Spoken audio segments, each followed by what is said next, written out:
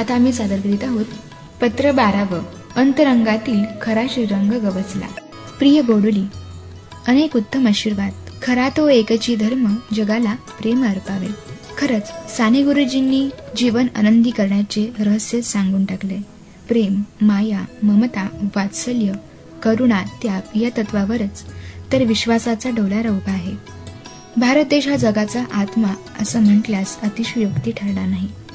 सर्व मानव जातीचा मेळा मावळ्यांकडे घेऊन जाणारी ही संस्कृती आहे.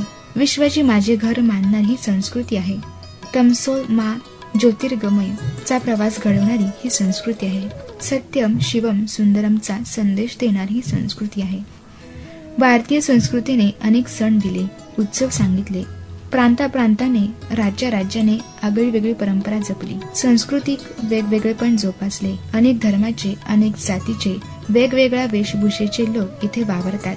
परंतु प्रत्येकाच्या अंतरंगाचा रंग हा एकच आहे. सर्व धर्म समभाव व राष्ट्रीय एकात्मता हा त्याचा आत्मा आहे.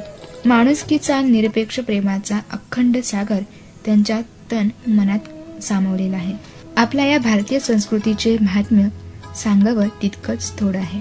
शेवटी एवढं सांगेल की पृथ्वीवर स्वर्ग निर्माण करायचा असेल तर भारतीय संस्कृतीचे आचरण करा. परंतु आपली ही भारतीय संस्कृती ग्रंथातच बंद झालेली दिसते. आपण भारतीय आपली खरी ओळख विसरलो आहोत. बंधुभाव लोप पावत चाललाय. अंतःकरणातला श्रीरंग हरवलाय.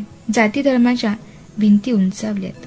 प्रेमाचा ओलावा सुकत चाललाय. परवाचीच गोष्ट बघ ना.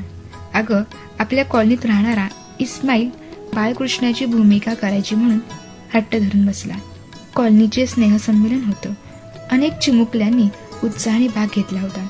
कार्यक्रम नेहमीप्रमाणे चांगला झाला, पण गालबोट लागलं त्या गोंडस इस्माईलच्या हिरमुसलेपणाचं. इस्माईलच्या पालकांनी आणि संयोजन समिती दोघांनीही त्याला विरोध केला होता. मला फार वाईट वाटले, पण मी ठरवलं की इस्माईलची इच्छा कधीतरी पूर्ण करायचीच आणि तो दिवस लगेच आला. संक्रांतीचे तिळगुळ द्यायला मी इस्माईलच्या आईकडे गेले. तेथे संयोजन समितीलाही बोलवलं.